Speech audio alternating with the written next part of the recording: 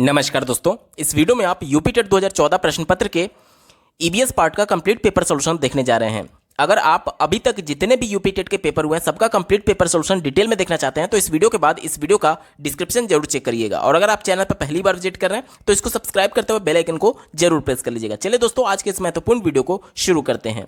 पहला प्रश्न आप अपने स्क्रीन पर देख पा रहे होंगे। पूछा गया था, वायु दाब नापने वाला यंत्र किस नाम से जाना जाता है? वायु दाब नापने वाला यंत्र पूछा गया है, तो इसका सही जवाब हो जाएगा ऑप्शन नंबर 1 बैरोमीटर। बैरोमीटर से वायु दाब को नापा जाता है। बाकी अगर बात कर ले थर्मामीटर, तो इससे हम लोग टेम्परेचर को नापते हैं। ठीक है, तो ये हमारा उत्तर होगा नहीं। उसके बाद से अगर बात करें सिग्मोग्राफ की, तो इससे हम लोग भूकंप को नापते हैं। सिग्मोग्राफ से क्या नापते हैं? भूकंप की तीव्रता को नापा जाता है। ये भूकंप की तीव्रता नापने का यंत्र है, और जो रिएक्टर स्केल होता है वो पैमाना होता है। आप कंफ्यूज मत होइएगा। जिस यंत्र से नापा जाता है भूकंप को उसको सिग्मोग्राफ कहते हैं, और जिस स्केल पर नापा जाता है उसको रिएक्टर स्केल बोलते हैं। ठीक है, तो ये भी हमारा उत्तर नहीं होगा। इसके बाद से चौथे की बात करें, हाइग्रोमीटर। तो हाइग्रोमीटर जो होता है वो वायुमंडल की आर्द्रता नापने के काम आता है। ठीक है, प्रश्न हमसे वायु दाब पूछा गया था। ये क्या होता है? वायुमंडल की आर्द्रता नापने के काम आता है। ठीक है, तो ये भी हमारा उत्तर नहीं होगा। ऑप्शन नंबर 1 बैरोमीटर इसका बिल्कुल सटीक जवाब है। वायु दाब नापने के लिए बैरोमीटर का इस्तेमाल किया जाता है। अगला प्रश्न पूछा गया था, बीटी कपास क्या है? तो देखिए, ये बीटी को इस प्रकार से लिखा जाता है, बीटी। एक्चुअली में बीटी जो है ये एक वायरस का नाम होता है, जिसका फुल फॉर्म होता है बेसिलस थुरिजिनेसिस। ठीक है, बेसिलस थुरिजिनेसिस इसका फुल फॉर्म होता है, जो कि एक जीवाणु होता है जिसकी उपस्थिति में जो पौधा होता है वो कीटनाशक पैदा करने की क्षमता उसके अंदर विकसित हो जाती है। ठीक है, तो इसे हम लोग जो बीटी कपास होता है इसको एक ट्रांसजेनिक पौधा बोलते हैं। अब ट्रांसजेनिक पौधा क्या होता है? तो ऐसे पौधे जिनके एक तरीके से जैसे माता पिता से जो हमें लक्षण प्राप्त होते हैं वो क्या होते हैं? वो आनुवांशिक लक्षण होते हैं। अब अगर आनुवांशिक लक्षणों में कुछ परिवर्तन करना हो तो ट्रांसजेनिक मेथड के माध्यम से उनमें परिवर्तन किया जा सकता है। यानी कि पौधे में जो पहले से गुण चले आ रहे हैं उसमें वैज्ञानिक विधियों द्वारा उन गुणों में परिवर्तन करना ट्रांसजेनिक मेथड कहलाता है। और चूंकि यहाँ पर बीटी कपास जो है ये जो मैंने आपको जीवाणु बताया वो इसमें डाल दिया जाता है ताकि ये एक तरीके से जो कीटनाशक पैदा करने की क्षमता इसमें विकसित हो जाए। ठीक है, तो इसे हम लोग ट्रांसजेनिक पौधा कहते हैं। ऑप्शन नंबर बी बिल्कुल सटीक जवाब हो जाएगा। अगला प्रश्न पूछा गया था, कौन सा वायुमंडलीय प्रदूषक अम्लीय वर्षा का मुख्य कारक है?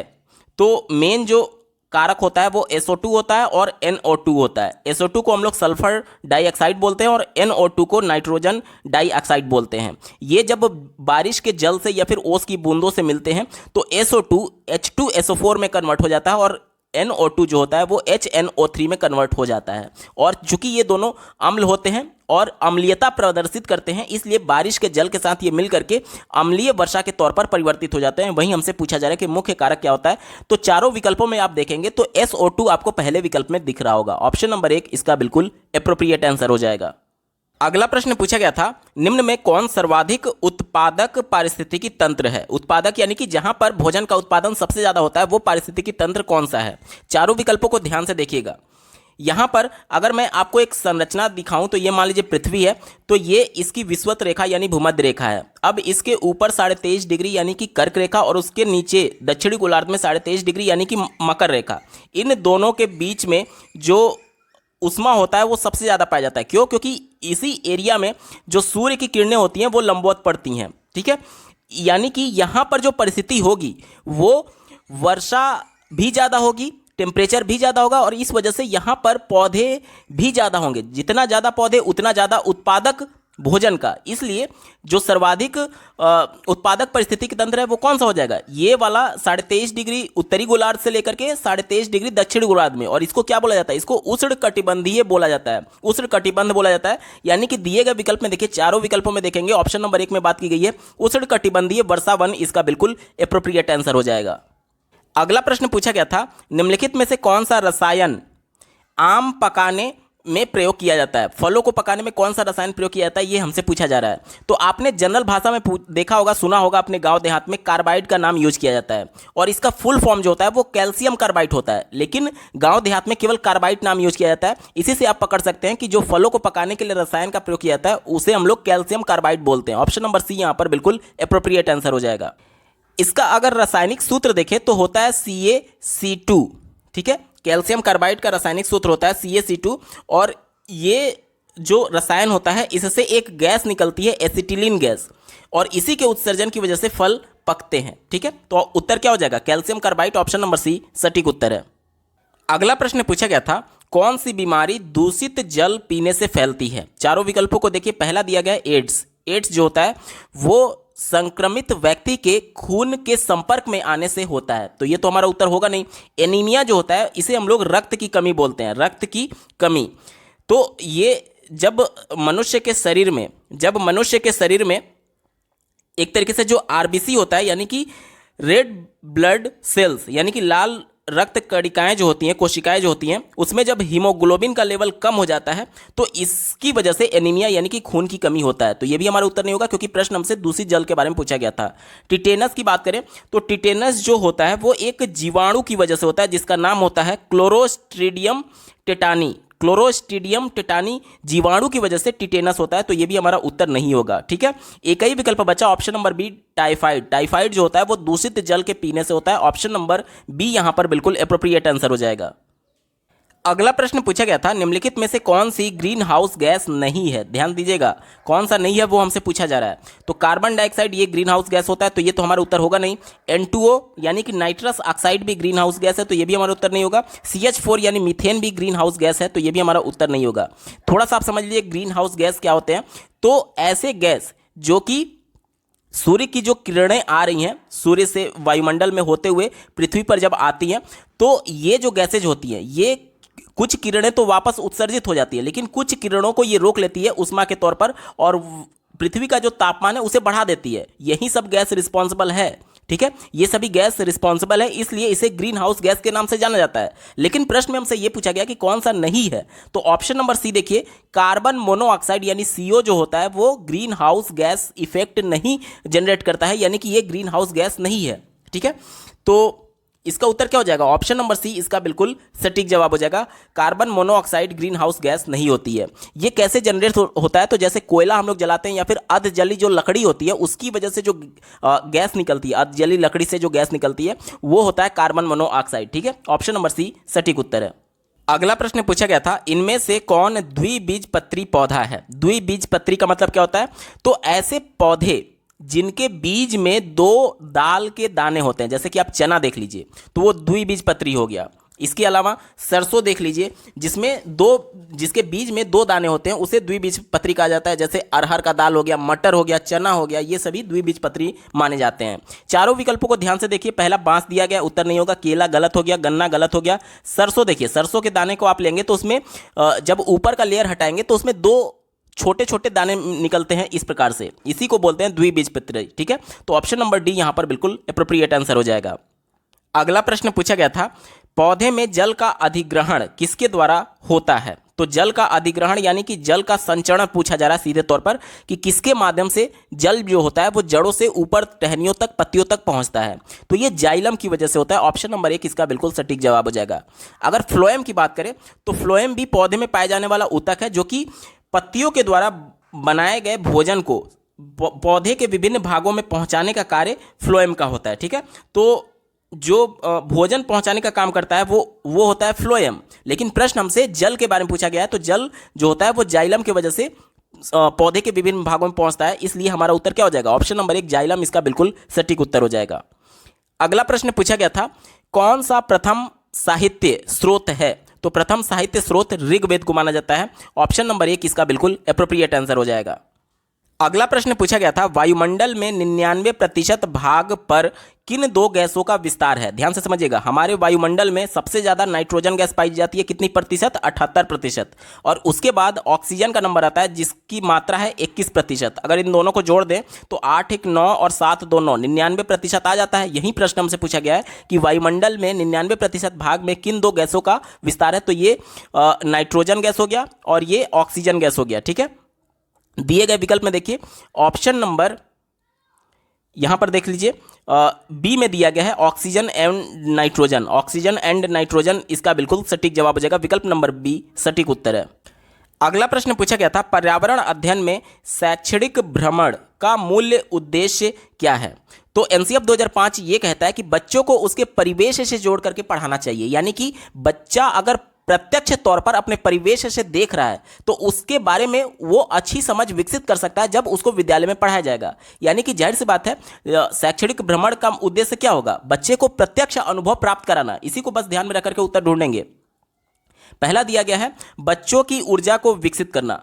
तो यहां पर देखिए मेन जो हमारा एम है बच्चे को शैक्षणिक भ्रमण पर ले जाना, वो हमसे पूछा जा रहा है। तो मेन एम तो यही होता है ना कि बच्चे प्रत्यक्ष अनुभव कर पाए, ठीक है। तो ये हमारा उत्तर नहीं होगा। ऐसा नहीं है कि ये कम एक तरीके से इंपॉर्टेंट ही नहीं है, लेकिन ये मेन एम नहीं होता, इस वजह से गलत हो जाएगा। सी वाला देखिए समाजीकरण को बढ़ावा देना, ये भी नहीं होगा। टीम भावना को बढ़ावा देना, ये भी नहीं होगा। एक ही विकल्प बचा, छात्रों के लिए प्रत्यक्ष अनुभव की व्यवस्था करना, ये मेन एम होता है शैक्षणिक भ्रमण का। अगला प्रश्न पूछा गया था, कार्यकीय रूप से शुष्क मिट्टी की क्या विशेषता है? शुष्क मिट्टी मतलब कि सूखी मिट्टी के बारे में हमसे पूछा जा रहा है, ठीक है। तो इसको कैसे पहचानेंगे ये हमसे पूछा जा रहा है, ध्यान से समझिएगा। शुष्क मिट्टी की विशेषता ये होती है कि इसमें जो लवण होता है यानी नमक की मात्रा ज्यादा होती है।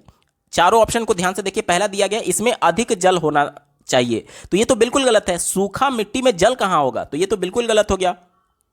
दूसरा दिया गया है पौधे को प्रकाश पर्याप्त नहीं मिलता। अब मिट्टी में उसकी जड़ें रहती हैं, जड़ के ऊपर का जो भाग है वो तो ऊपर ही रहेगा ना, मिट्टी के ऊपर रहेगा, तो वो तो प्रकाश तो मिलेगा ही मिलेगा, वो तो वातावरण का पार्ट हो गया ना, तो सूर्य की किरणें तो उसको मिलेंगे ही मिलेंगी। तो मिट्टी के वजह से प्रकाश मिलेगा या नहीं ये इस बात पर निर्भर नहीं करता है, तो ये भी हमारा उत्तर नहीं होगा। चौथा देखिए मिट्टी कठोर होती है, तो ये भी बिल्कुल एग्जैक्ट नहीं माना जा सकता, क्योंकि कई और भी मिट्टियां हैं जो कि कठोर होती हैं लेकिन वो शुष्क मिट्टी के अंतर्गत नहीं आती हैं। तो हमें इसकी प्रमुख विशेषता बताना है, तो इसका प्रमुख विशेषता जो होता है वो ये होता है कि इसमें लवण की मात्रा ज्यादा होती है। लवण यानी नमक की मात्रा ज्यादा होती है। ऑप्शन नंबर सी देखिए, मिट्टी में लवण सांद्रता अधिक होती है। ऑप्शन नंबर सी इसका बिल्कुल एप्रोप्रिएट आंसर हो जाएगा। अगला प्रश्न पूछा गया था, सतत और व्यापक मूल्यांकन क्यों आवश्यक है? सबसे पहले जानिए सतत और व्यापक मूल्यांकन होता क्या है। पहले क्या होता था कि हमारे देश में जो शिक्षा प्रणाली थी उसमें छमाही और वार्षिक केवल 2 ही परीक्षाएं होती ही थी, जिसकी वजह से बच्चों में बहुत ज़्यादा भय होता था। आज से 10 साल 15 साल पहले आप चले जाइए या फिर आप अपने माता पिता से पूछिएगा कि बोर्ड एग्जाम का क्या उस समय माहौल होता था, तो आपको बताएंगे कि कितना डर होता था, किस प्रकार से बोर्ड एग्जाम में उड़ाका दल इस टाइप की चीज़ें आती थी और किस प्रकार से एक हवा बना होता था कि कितनी बड़ी चीज होने जा रही, जबकि वो नॉर्मल एग्जाम ही होता था, लेकिन एक डर बना रहता था बच्चों के मन में। उसी डर को टैकल करने के लिए, उसी डर को कम करने के लिए राष्ट्रीय शिक्षा नीति 2020 और एनसीएफ 2005 ने सतत और व्यापक मूल्यांकन की परिकल्पना तैयार की। इसके अंतर्गत अब बच्चे को केवल एक परीक्षा से होकर के नहीं गुजारा जाता है, बल्कि बच्चे को यूज्ड टू बना दिया जाता है उस इन्वायरमेंट में ढलने के लिए कि आपका रोज मूल्यांकन होगा। जरूरी नहीं है कि एक ही दिन जाकर के आपको परीक्षा देनी पड़े, ताकि एक मेंटली प्रेशर जो होता है बच्चे के मन में, वो मेंटली प्रेशर को डिस्ट्रीब्यूट किया जा सके, कम किया जा सके। वो कैसे कम होगा? जब बच्चे में इस प्रकार के परीक्षा को लेकर के कोई डर नहीं रहेगा। और इस प्रकार के डर को कैसे कम किया जा सकता है? जब बच्चे को रोज उस प्रकार का एनवायरनमेंट दिया जाए, यानी कि बच्चा जो कुछ भी विद्यालय में सीख रहा है गतिविधि के दौरान, उसी दौरान उसका मूल्यांकन हो कि बच्चे को कहीं समस्या तो नहीं आ रही है कुछ सीखने में। उस समस्या को जानने के लिए बच्चे का मूल्यांकन किया जाता है, ठीक है। यानी कि मेन इसका कारण क्या होता है, ये सतत और व्यापक मूल्यांकन का मेन उद्देश्य क्या होता है कि बच्चों के मन में जो परीक्षा को लेकर के भय है, उस भय को खत्म करना इसका मेन कारण होता है, ठीक है। इसी को ध्यान में रखकर के उत्तर ढूंढेंगे। पहला प्रश्न पूछा गया, पहला विकल्प दिया गया है शिक्षार्थियों ने कितना नहीं सीखा है जानने के लिए, तो ये हमारा उत्तर नहीं होगा, बल्कि हम ये जानना चाहते हैं कि विद्यार्थी कितना सीख चुके हैं, यानी कहां पर उनको समस्या आ रही है, उस समस्या को जानने के लिए एक तरीके से सतत और व्यापक मूल्यांकन किया जाता है, ठीक है। दूसरा देखिए, शिक्षार्थी की प्रगति निरंतर ना बनाए रखने के लिए, ये तो बिल्कुल ही निगेटिव है, हमारा उत्तर नहीं होगा। चौथा विकल्प दिया गया है परीक्षा प्रणाली को महत्व देने हेतु, ये तो बिल्कुल गलत है। देखिए, कोई भी ऐसा विकल्प जो परीक्षा की बात करे वो हमेशा निगेटिव होता है, क्योंकि शिक्षा का मेन उद्देश्य ये नहीं है कि बच्चों की परीक्षा ली जाए, बल्कि मेन उद्देश्य ये है कि बच्चे का जो अधिगम है वो सार्थक किया जाए। सार्थक कैसे होगा? जब बच्चे का लगातार हम लोग चेक करें कि बच्चे को कोई प्रॉब्लम तो नहीं आ रही सीखने में। अब परीक्षा इसलिए लिया जाता है क्योंकि हमारी एजुकेशन पॉलिसी ऐसी है कि हमें परीक्षा लेना ही लेना है, क्योंकि लास्ट में सत्र के अंत में बच्चे को रिजल्ट भी देना है, उस रिजल्ट के लिए परीक्षा लिया जाता है। लेकिन सतत और व्यापक मूल्यांकन परीक्षा से अलग है। सतत और व्यापक मूल्यांकन ये इसलिए किया जाता है ताकि परीक्षा का जो भय है वो धीरे धीरे कम किया जा सके। जैसे कि आजकल यूपी बोर्ड में आप देखेंगे तो यूपी बोर्ड में प्रत्येक सब्जेक्ट में 30 नंबर का उनका इंटरनल एग्जाम होता है, जो कि उनके विद्यालय के द्वारा उनको 30 नंबर में मूल्यांकन किया जाएगा साल भर के दौरान। और 70 नंबर का ही केवल अब उनका एक तरीके से रिटन एग्जाम होता है। तो ये सभी चीजें आप समझ सकते हैं कि पहले पूरा जहां 100 नंबर का रिटन एग्जाम होता था, अब उसको घटा करके 70 नंबर कर दिया गया। क्यों? क्योंकि 30 नंबर उनका सतत और व्यापक मूल्यांकन के अंतर्गत डाल दिया गया, ताकि बच्चे के अंदर जो भय है परीक्षा का उसे कम किया जा सके। यही विकल्प नंबर सी में दिया गया है, निरंतर मूल्यांकन होते रहने से शिक्षार्थियों में परीक्षा का अनावश्यक भय नहीं होता है। ऑप्शन नंबर सी इसका बिल्कुल एप्रोप्रिएट आंसर हो जाएगा। अगला प्रश्न पूछा गया था, चरने वाले पशु वनस्पति को कैसे बदलते हैं? तो चरने वाले पशु जैसे गाय हो गया, बैल हो गया, भैंस हो गया, ये सभी क्या करते हैं? घास को चरते हैं। तो वही हमसे पूछा जा रहा है, तो ये क्या करते हैं? ये चुन करके चरते हैं। जैसे कि आप देखेंगे कि कई प्रकार के पौधे, कई प्रकार के घास होते हैं, तो वो सभी घासों को नहीं खाते हैं, बल्कि उनमें से चुन करके कुछ विशेष प्रकार के घासों को वो लोग खाते हैं। तो इसका उत्तर क्या हो जाएगा? ऑप्शन नंबर सी, चुन कर चरना, इसका बिल्कुल एप्रोप्रिएट आंसर हो जाएगा। अगला प्रश्न पूछा गया था, निम्नलिखित में से कौन सा स्वस्थ अस्थियों के लिए आवश्यक है, यानी हड्डियों के लिए कौन सा आवश्यक है? तो कैल्शियम और विटामिन डी। इसीलिए जिनकी हड्डियां कमजोर हो जाती हैं उनको धूप में बैठने की सलाह दी जाती है डॉक्टर के द्वारा, क्योंकि धूप में विटामिन डी होता है और कैल्शियम दूध में पाया जाता है। तो दूध का सेवन करने के लिए ये सभी चीज़ें उनको सलाह दी जाती हैं हड्डियों को मजबूत करने के लिए। ठीक है, तो ऑप्शन नंबर डी इसका बिल्कुल सटीक जवाब हो जाएगा। अगला प्रश्न पूछा गया था, भारत में हिमालय की सबसे ऊंची चोटी का नाम क्या है? ध्यान दीजिएगा, हिमालय का कुछ पार्ट भारत में और कुछ पार्ट नेपाल में है। हमसे भारत के बारे में सबसे ऊंची चोटी का नाम पूछा गया है, तो भारत के संदर्भ में जो सबसे ऊंची चोटी है वो माउंट K2 है। ठीक है, उत्तर क्या हो जाएगा? ऑप्शन नंबर 1 इसका बिल्कुल सटीक जवाब हो जाएगा। यह जो चोटी है वो जम्मू कश्मीर के काकाकोरम श्रेणी में स्थित है। इस चोटी की जो ऊंचाई है वो 8611 मीटर है। कितना है? 8611 मीटर, यानी कि 8.611 किलोमीटर आप समझ सकते हैं। ठीक है, और जो विश्व की सबसे ऊंची पर्वत चोटी है उसे एवरेस्ट के नाम से जानते हैं।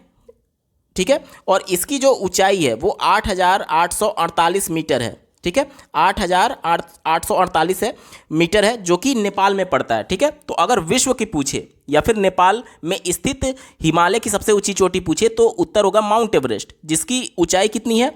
8848 मीटर। लेकिन प्रश्न में हमसे भारत के बारे में पूछा गया है, तो भारत में माउंट K2 स्थित है, जो कि 8611 मीटर ऊंचा है। इसलिए ऑप्शन नंबर 1 इसका बिल्कुल सटीक जवाब हो जाएगा। अगला प्रश्न पूछा गया था, प्राथमिक स्तर पर शिक्षण की खेल विधि आधारित है। तो खेल विधि किस पर आधारित है? तो ये शिक्षण विधि पर आधारित है। एनसीएफ 2005 और राष्ट्रीय शिक्षा नीति 2020 दोनों ये कहती है कि बच्चे सक्रिय भागीदारी के माध्यम से, खेल के माध्यम से, कहानियों के माध्यम से सीखते हैं। तो ये क्या है? ये शिक्षण विधि का सिद्धांत है। ऑप्शन नंबर डी में दिया गया, ऑप्शन नंबर डी इसका बिल्कुल एप्रोप्रिएट आंसर हो जाएगा। बाकी के विकल्पों पर अगर हम लोग विचार विमर्श करें, पहला दिया विकास के मनोवैज्ञानिक सिद्धांत, तो ये हमारा उत्तर नहीं होगा। शिक्षण के समाजशास्त्रीय सिद्धांत, ये भी गलत है। शारीरिक शिक्षा कार्यक्रम के सिद्धांत, तो ये भी गलत है। शिक्षण विधि का सिद्धांत, ऑप्शन नंबर डी इसका बिल्कुल एप्रोप्रिएट आंसर हो जाएगा। अगला प्रश्न पूछा गया था, वायुमंडल की सबसे निचली परत का नाम क्या है? तो वायुमंडल की सबसे निचली परत क्षोभ मंडल होती है। क्या हो जाएगा? ऑप्शन नंबर डी क्षोभ मंडल, इसका बिल्कुल एप्रोप्रिएट आंसर हो जाएगा। अगला प्रश्न पूछा गया था, विटामिन सी की कमी से होने वाली बीमारी का नाम क्या है? तो विटामिन सी की कमी से स्कर्वी रोग होता है। ऑप्शन नंबर 1 सही उत्तर है।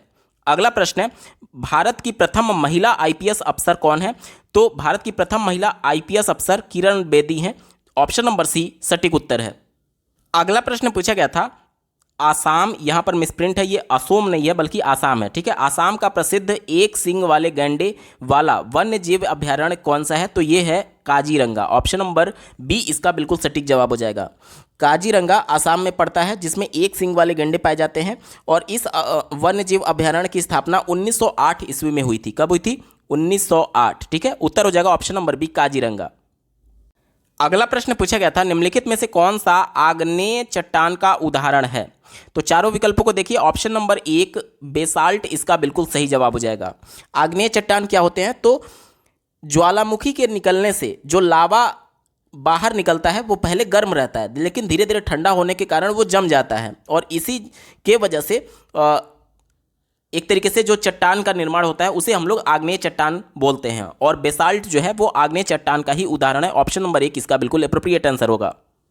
अगला प्रश्न पूछा गया था, पृथ्वी के वातावरण के किस सतह में ओजोन परत पाई जाती है? तो ओजोन परत जो होता है वो समताप मंडल में पाया जाता है, और समताप मंडल को ही अंग्रेजी में समताप मंडल को अंग्रेजी में हम लोग स्ट्रेटोस्फीयर बोलते हैं। क्या बोलते हैं? स्ट्रेटोस्फीयर बोलते हैं। तो ऑप्शन नंबर बी इसका बिल्कुल सटीक जवाब हो जाएगा। समताप मंडल यानी स्ट्रेटोस्फीयर के निचले सतह पर ये जो ओजोन परत है ये पाया जाता है, जिसकी वजह से पृथ्वी सूर्य से आने वाली जो पराबैंगनी किरणें होती हैं, अल्ट्रावायलेट रेज जो होती है, वो उन्हें रोक देता है। ठीक है, जो कि शरीर के लिए त्वचा रोगों के लिए उत्तरदायी होती है। इसलिए हमसे यही पूछा गया था ओजोन परत किस लेयर में पाई जाती है, तो ये स्ट्रेटोस्फीयर में पाई जाती है, यानी कि समताप मंडल सटीक जवाब हो जाएगा। अगला प्रश्न पूछा गया था सिख धर्म के संस्थापक निम्न में से कौन है?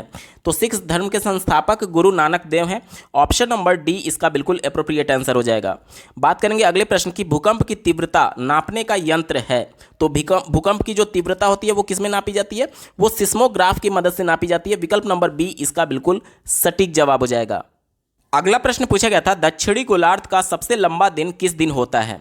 तो दक्षिणी गोलार्ध की बात की गई है, तो उत्तर हो जाएगा 22 दिसंबर। 22 दिसंबर के दिन जो यहाँ पर देख लीजिए, मान लीजिए पृथ्वी ये विषुवत रेखा हो गया, ये नीचे मकर रेखा होता है, ऊपर कर्क रेखा होता है 23.5 डिग्री। ठीक है, तो दक्षिणी गोलार्ध की बात की गई है, यानी कि इस वाली रेखा मकर रेखा पर इस डेट को सूर्य की जो किरणें होती हैं वो लंबवत पड़ती हैं, इसलिए ये सबसे लंबा दिन होता है। तो उत्तर क्या हो जाएगा? ऑप्शन नंबर डी 22 दिसंबर इसका बिल्कुल सटीक जवाब हो जाएगा।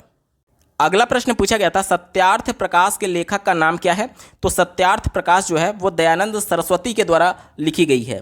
उत्तर क्या हो जाएगा? ऑप्शन नंबर एक स्वामी दयानंद सरस्वती सटीक जवाब है। अगला प्रश्न पूछा गया था बिहू भारत के किस राज्य की लोक नृत्य है? तो ये आसाम की लोक नृत्य है। उत्तर हो जाएगा ऑप्शन नंबर सी आसाम।